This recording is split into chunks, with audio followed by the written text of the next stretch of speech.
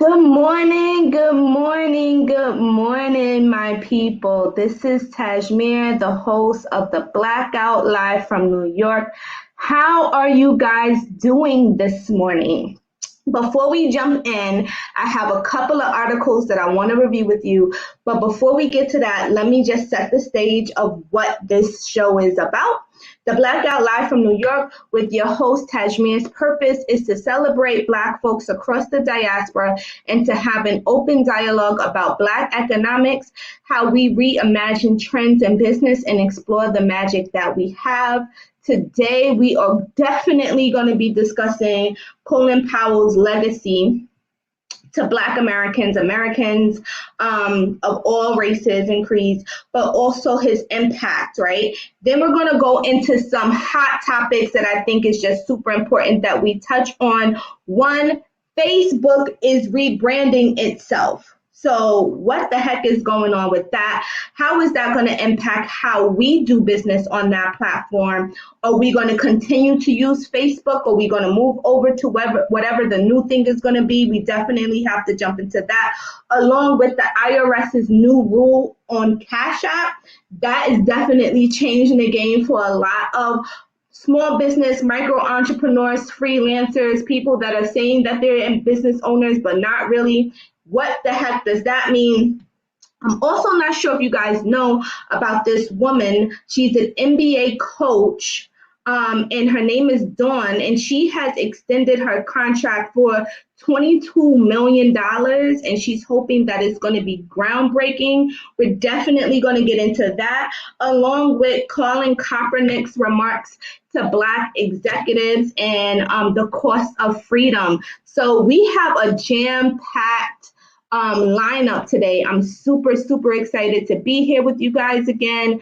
And let's jump into it. If you guys have any comments, definitely put them in the comment section. If you guys want to come up and just, hang out with me and talk to me about some stuff, I'll definitely add the tag into the comment section, and you can definitely come on and give me your commentary about what's happening. In true fashion, I like to share my resources so we all are on the same page. So without further ado, let's start with Colin Powell, and I'm going to share my screen.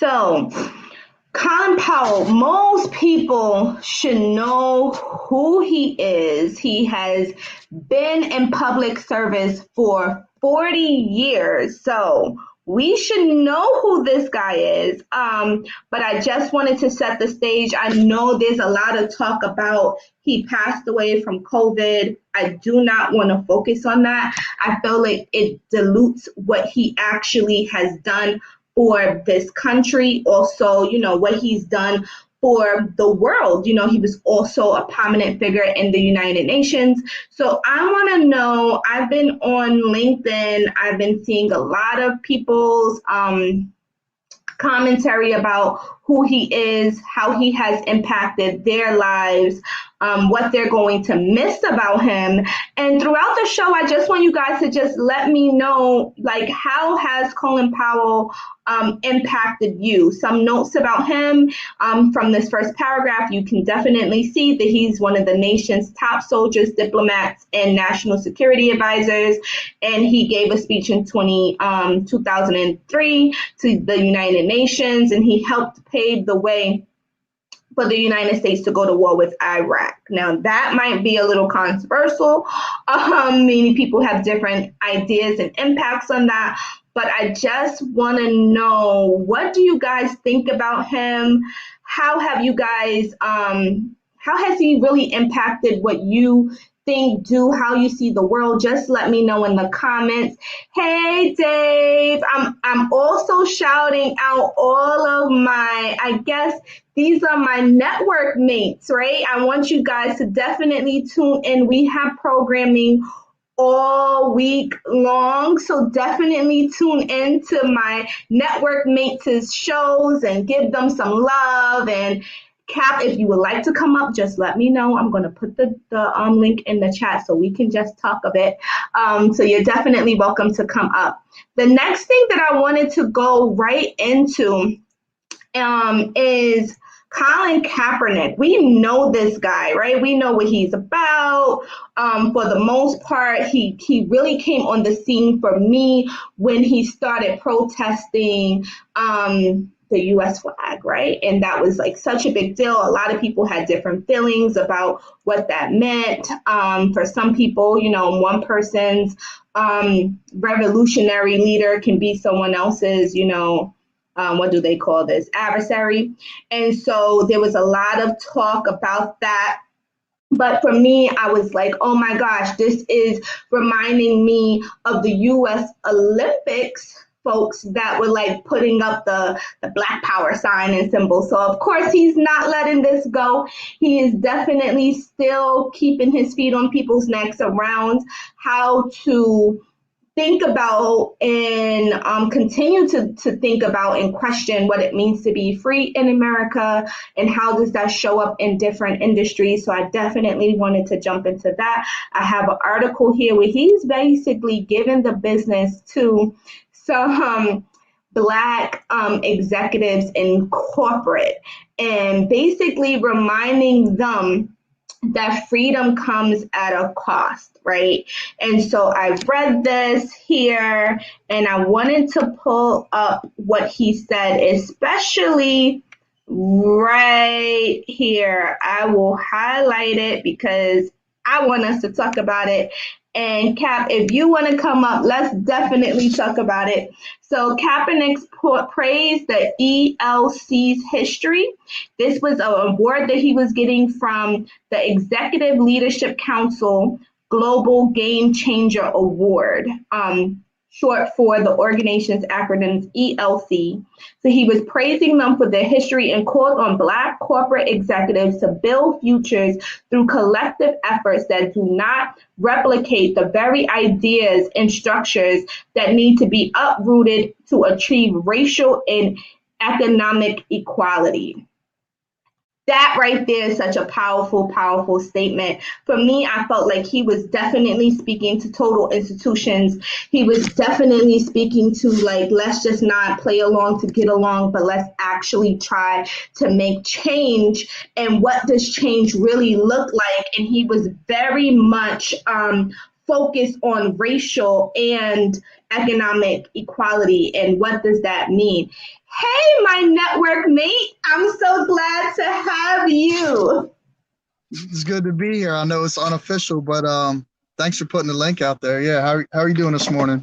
I'm well. How are you doing? Good. We're tuning in live from West Baltimore, over Chase Tower senior home, visiting some veterans and some people this morning, doing some outreach this morning, some cleanups and stuff. So just checking in. Wanted to say hey. Hey. I call people up. I call people up when I see you guys in the comments. I'm like, come up and talk with me, hang out with me for a bit. Absolutely. And I wanted to comment as an advocate and a super ally in Baltimore. I actually, in the way I move through the city, I definitely do what's in front of me with excellence. But I don't pay too much attention to news and politics and things around me because we got enough going on in front of us that we can serve. So I want to say that I actually don't know a lot about Colin Powell, and I'm learning more about him now that he's walked away from things and done some different things. But one thing I wanted to comment that I respect about what I've learned is that the difference between him and other representatives, and I want to put this out there too, is that people in office and people in positions that we say positions of power, I want to make sure that our audience recognizes that we have the power, that we're the leaders. They're the representative. They represent us. So we need to take back our power. We need to take back our power and make demands of people that represent us, but also empower them, give them our power to make decisions on our behalf. They represent us, right? One thing I like about Mr. Colin Powell that I learned is that when he is wrong, unlike all the other politicians, he holds himself accountable. He acknowledges that. And we don't have enough of that. I think that is more genuine and that's a leadership thing. It's not a representative thing, but a leader makes mistakes and acknowledges them, learns from them, and is empowered by the experience. I agree. I agree with you. I agree with you 100%. I mean, I have been definitely learning more through other folks' experience with him, right? Like I've been seeing a lot on LinkedIn. I'm on LinkedIn a lot around people saying like he came to this organization, he gave this amazing speech, he really impacted the way that I thought about public service. He challenged, but a lot of folks, he also represents this immigrant experience too, because he's a Jamaican American, right? So like a lot of people from the Caribbean are like, oh my gosh, he was one of my heroes, one of the people that I looked up to, that I wanted to be like when I thought about getting into public service. But to jump over to Colin Kaepernick, I'm like, he's a badass. He's like, not letting my foot off the necks of these people here. Yeah, I'm going to continue to push the envelope. I'm going to continue to tell you that we don't need to keep making the same mistakes that we've made before, because sometimes I think that we have a tendency to throw something out and just leave it there. And when we get like one little achievement, we're like, oh my gosh, I'm done. And it's like, no, the work isn't done. We got to continue to like push forward, because if not, we just become complacent. Yeah, and I think the system of oppression that we operate under acknowledges that, right? So someone like myself, I'll give you an example. Someone like myself, I've been out here for well over a decade serving my community. And for example, in my service to juveniles behind closed doors in detention centers, my efforts are recognized, but I make a lot of noise. We don't make enough, obviously. So the state of Maryland calls me, and they offered me a position to be the state-appointed juvenile justice chaplain. Mm-hmm. Now, a couple of things occurred there, because my foundation is my experience. I'm not academically trained in theology. I'm not ordained by man or institution. So those things came up, and the first time the conversation came up a couple of years ago, and they said, great, we love you for the position. Send us your ordination papers. Well, chap ain't got no ordination papers, right? I said, for $40, give me 15 minutes and I'll get some online real quick from Universal Church, which I did, right? But that's not the implication. So they said, no problem. Send us your theology degree. And I'm like, well, I don't have one. So by the standards set in place, I'm already unqualified, although I'm qualified enough for them to reach out and recruit me. So then on top of that, they say to me, and we're talking about the little rewards to shut you up. They tried to distract me with that, but the position isn't even paid. So you're asking me, I already volunteer in 5 or 6 different capacities in the city, and there's many like me, not to pat myself on the back, but we already give everything we have. You have the audacity to call me to commit to a full-time service and role, and it's a volunteer position. Like my time isn't valuable. Like I don't give enough that you don't think I should even be compensated with a stipend. Like, well, it's a volunteer position. No, thank you.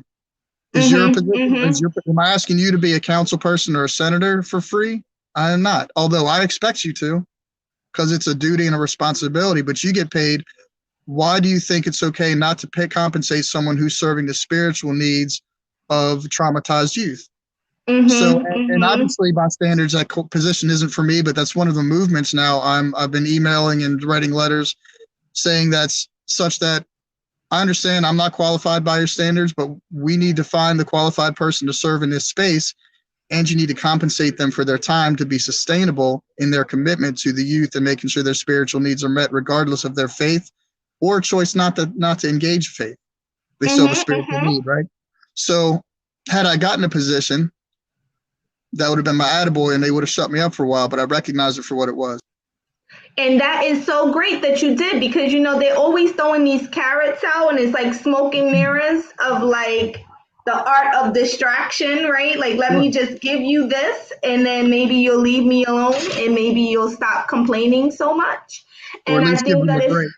I think that it's our job to, and sometimes they also want to just like be able to say like, hey, I'm working with this person, so I am doing something, right? So I don't give me such a hard time because I put this initiative in place, but the initiative doesn't really serve the purpose and the needs of the people. That is because poverty makes money. They don't really want people to think through how not to be impoverished. They don't really want us to work together, right? Because like if we do, There's then power like in what is your empowering unity. platform?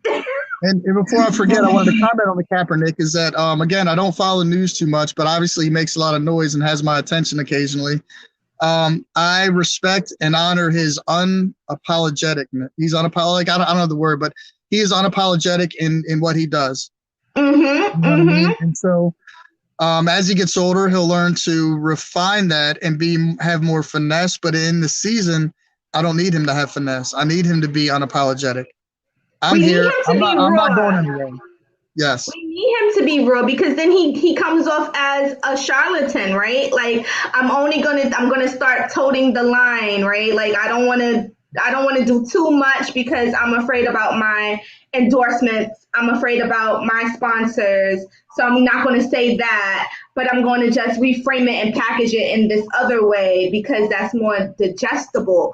I mean, like he's someone that I'm starting to pay more attention to about like how every time he has an opportunity to be on a platform, he's always talking about black people. He's always talking about people Okay. that need some sort of love, attention, awareness to like the issues that they have, but he's also like keeping people honest. Like, don't just sit up here and get this big money and just think you're going to serve us some BS and we're going to shut up. Like, no, I'm not having that. Not on my watch. So I admire that about him.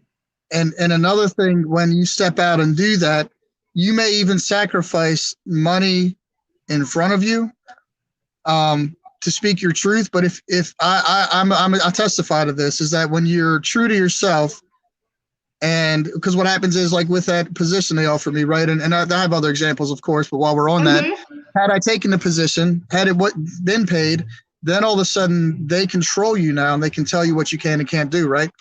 When you're true to yourself and you're true to and you embrace your truth, maybe you're making good money, maybe you're making this or that, and those things are removed, or you sacrifice those things to honor your truth. What happens is your people find you, and Mm-hmm. the people that God sends to you, and the people that find you because you're speaking your truth and it's their truth too, they've got exponentially more to offer you than what you had in the first place. And God honored Mm-hmm. you in that way by being having integrity, by being honest. Like those things reward in ways that we don't even understand until we step out in faith and say, you know what, I'm gonna do it.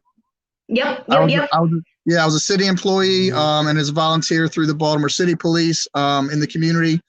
A lot of times people were telling me what I can and can't do. And so here's how God works. I'll give you another example. 3-4 weeks ago, I resigned from the city because I was working in rec center and it was a community center. And all that I do, I took the job because this is great. I can pour into this space, everything we're doing, pour into a community and really amplify our efforts and really make a change, not understanding until 2 years later that the city doesn't want change. They wanted to, control what I was doing. They didn't want people in the space because it's a liability. They just wanted to say it's open so that they can justify the budgeting and getting more money, but not really do anything. So I resigned in faith without a backup job. I'm like, I recognize it for what it is. It's cumbersome. It's burdening my community efforts. And I just had to walk away. I did it professionally, gave them 2 weeks. I said, but like when I walked away, my people came around me. HBO, like I'm nobody. I'm a white boy from Northeast Baltimore, right?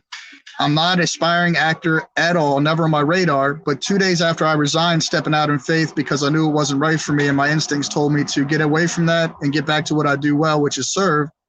HBO calls me and they asked me to do some background filming for a project we're doing in Baltimore. And in 1 day of filming, I made what I make in a week at the rec, working for the city.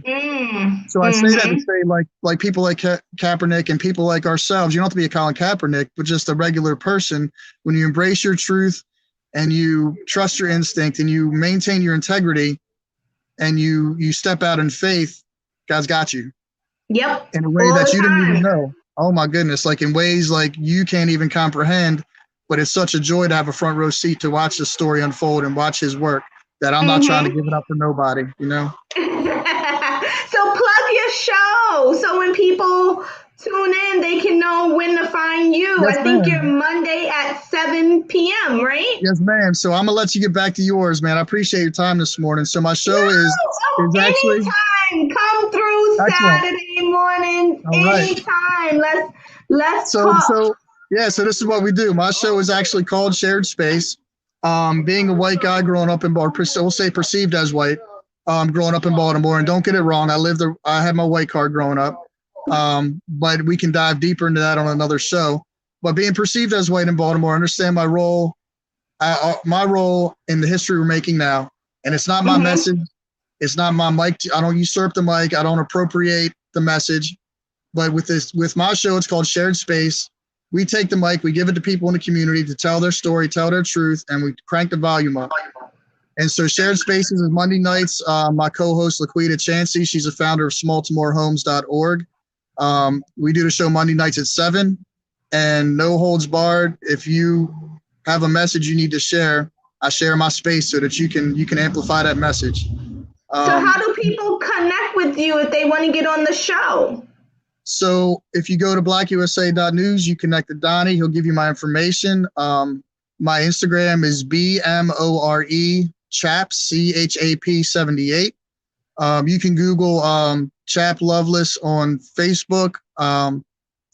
If you meet me in person, everybody gets my phone number, wherever you're an addict, a homeless dude, or the mayor, it don't matter. Everybody's got my number. I'm very available because of my service in the community. I'm on call 24/7.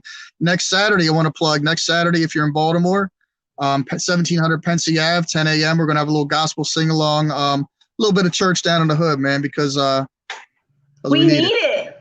Amen. We always need it. I totally respect the work that you're doing in a former life, not so distant. I worked in community and economic development on 125th Street in Harlem. And so when you think about like neighborhood needs of servicing all the people that live in the neighborhood, not just people that are okay, not just people that are having a hard time, but getting people to really understand the commonalities that we're all people trying to survive, right? And so like how do you design programs and things to basically attract folks to have conversation is really hard work. It's not sexy work. It's tirelessly long work. Like you're like, oh my gosh, I'm staying up all night trying to like put things together, trying to get people to volunteer, trying to get people to come out. This is important, trying to move the needle and also trying to make noise so that way the folks that are in office can delegate some money towards like, hey, this stuff costs money. Like anytime you want to do something, it costs money for permits to even close the street, to get sound permit. We gotta say in Baltimore, sister, we don't turn to the government. The people actually doing stuff, we don't ask the government for nothing. We all we need. That's what we say in Baltimore. I know my Baltimore people are feeling it. We all we need. We got all the money we want in our black businesses. We have black banks in Baltimore, but let me get on and visit my seniors, man. I'm gonna check in with you again. Tell the seniors I said hello. Yes, ma'am. And I have one request. I'm about to put you on, make sure everybody's watching, but I want to have one request since you up on 125th in Harlem. One of my heroes and favorite authors that really inspired me to do what I do. His name is Dr. Kennedy. Do you know him? Okay. No, I don't. But if you connect me. You connect me. You're up there. I will find him for you. Cannady, I think. Dr. Kennedy. He wrote a book called Fist, Stick, Knife, Gun. Changed my life, changed my perspective on violence in our community in America, changed changed my everything. One of the first books, I'm not a big reader. One of the first books I read, and it was just like, there's gems there that we need to proliferate, and get Dr. Kennedy on as a guest, because he'll change everything. And we amplify him. He already does good work. He's got a Harlem Community Center. He's done a ton of things, but Dr. Kennedy, I need you to work on that for me and get him for Black. You gave me an assignment. I will work on it. And when I nail him down, I will have you on as my co-host so we can do it together. All right. I love you. Have a good weekend, guys. Have a great weekend. This is why we have to tune in to blacknews.usa, because we all are out here trying to shake things up in our own ways that we can. My platform is open to all of my network mates. Whenever I see them in the comments, I'm always trying to get them to come up. So just to reset for a moment, just in case some people got lost in the sauce, that was my network mate, Chap. He has a show Mondays at 7 p.m. Eastern Standard Time called Share Spaces. You are currently watching the Blackout live from New York with me, Tasemere. The purpose is to celebrate Black folks across the diaspora and to have an open dialogue about Black economics, how we reimagine trends in business, and how do we explore the magic that we have. So far, we have talked about, Powell's legacy. He left a major legacy, impacted a lot of people. I was sharing that when I was on LinkedIn earlier this week. I saw a lot of tributes of how he impacted a lot of folks in public service and how they are willing to miss him as a leader. And I just wanted to know how other people feel about that. So throughout the show, definitely leave your comments in the comment section. We then went on to talk about Chap Cabinet, one of the up and coming leaders of my time, who is definitely keeping the sound up on racial equality and economics. He's definitely holding a lot of folks accountable. I had an article that I reviewed. I'll put up the ticker just in case people are interested in knowing what he was talking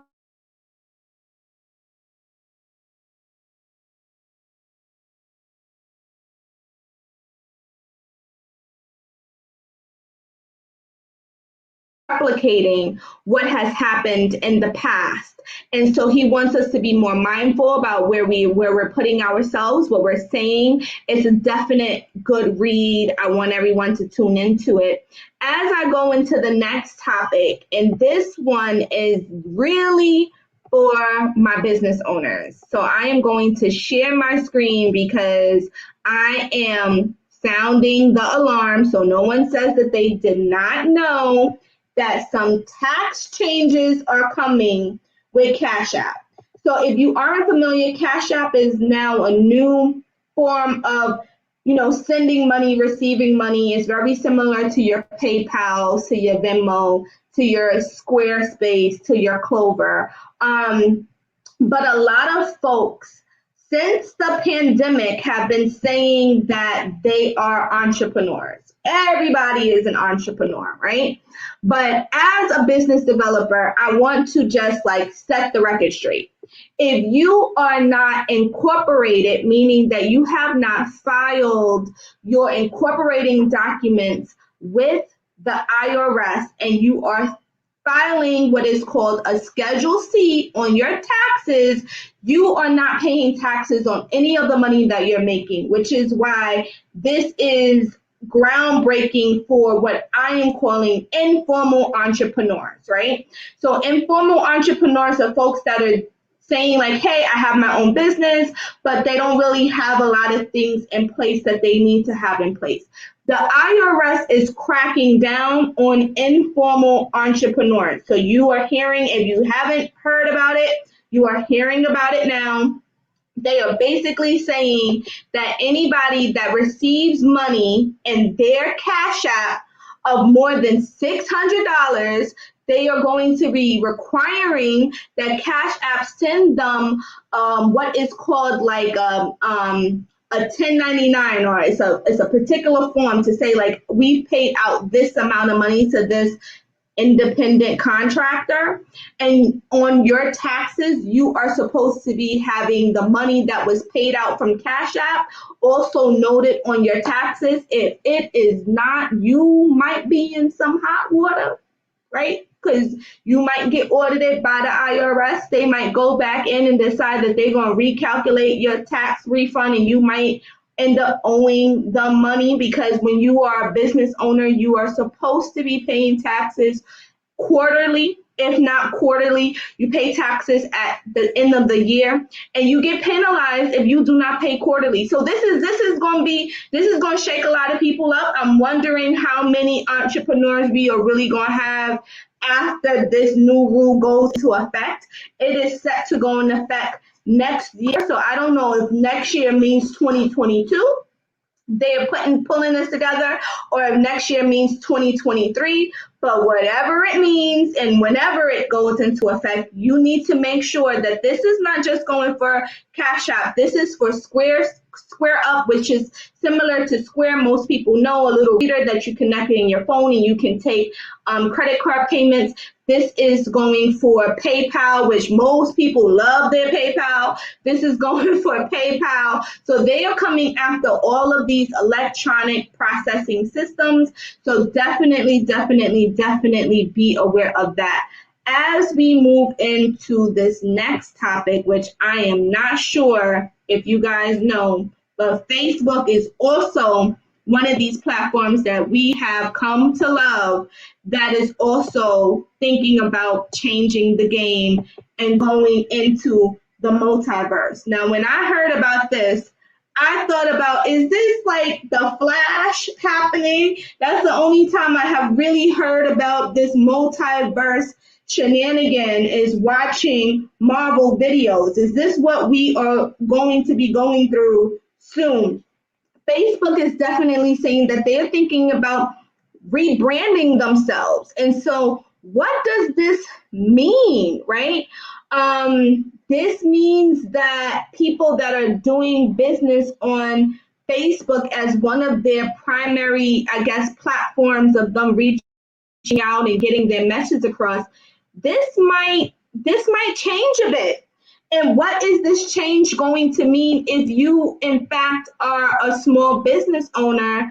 I am not quite sure, but we need to be paying attention to these technological shifts. We know that Facebook has been capturing a lot of our data. We know that they have been selling our data. And so I'm wondering, what does this mean for this new rebranding of Facebook? What does this mean for Black entrepreneurs who have been using Facebook as, again, one of their primary sources of getting their word out? We also know that Facebook owns Instagram, which is another platform that a lot of folks usually gravitate towards when they are trying to get into the entrepreneurial game. Will this change how we do business? Will we still want to be on Facebook? Do we want to be part of this multiverse? I'm calling it the Flash effect. I don't know. I've only heard about this on the Avengers, again, with the Flash, the movie. Not really sure what this means, but we definitely need to pay attention to this. We definitely need to start being a little bit about more mindful about what information we put up on Facebook in particular, and how is that going to impact what we do. Lastly, I wanted to bring to you guys' attention, I'm not sure if you guys have been following along with what is happening now, but there is a new coach, or maybe she's not so new. She's a little new to me because I don't necessarily tune into sports maybe how I should, but she's a South Carolina women's basketball head coach. And she is one of the highest paid Black coaches in the game, right? $22 million contract that she is hoping is going to push the envelope. She's hoping that it's going to call for some more equality around female coaches in women and men's basketball. What is this going to do? How is this going to change? As you can see here, she is set to make $2.9 million this season, an $800,000 raise from her previous slated salary in 2021, 2022. It's only second to Connecticut head coach. What does this mean? How is this going to change? The article that I've read definitely was quoting, $22.4 million over 7 years.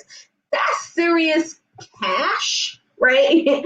How is that going to change? I'm sure that's going to change her personal economics, but wondering, like, what is she planning on doing with that money? How is she planning on being more financially responsible, if that's the word to use? But also wondering, what does this mean for other Black coaches? What does this mean for other female coaches? Will this also start impacting the NFL, which I think I might have heard some read about, not sure where, but thinking that I've seen something around there's a female coach in the NFL as well. So wondering, how is this going to change just how we do coaching in sports? But primarily I'm focused on Black economics, so wanting to know how this is going to change the landscape of Black economics. Thank you guys so much for tuning in with me today. This is your host, Tasemere, live from New York.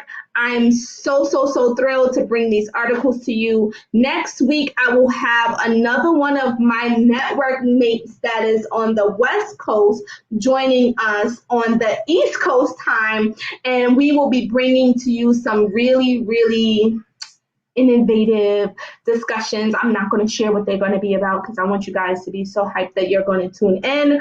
Also, Kenyatta, who we had last week, the founder of 6 Gen Venture Studio, will be coming back in November, along with my other network mate, Cap, who popped in today. He will be coming back in November, and we will be having some really great interviews with them. Definitely tune in. Leave comments. Definitely let us know what you think. We definitely want to check in with you. Be sure to also follow my other network mates. We have programming every day of the week. So I definitely want you guys to know what is going on. We have programming Monday through Sunday here on blacknews.usa. Definitely tune in. Follow us on Facebook. Follow us on YouTube. If you haven't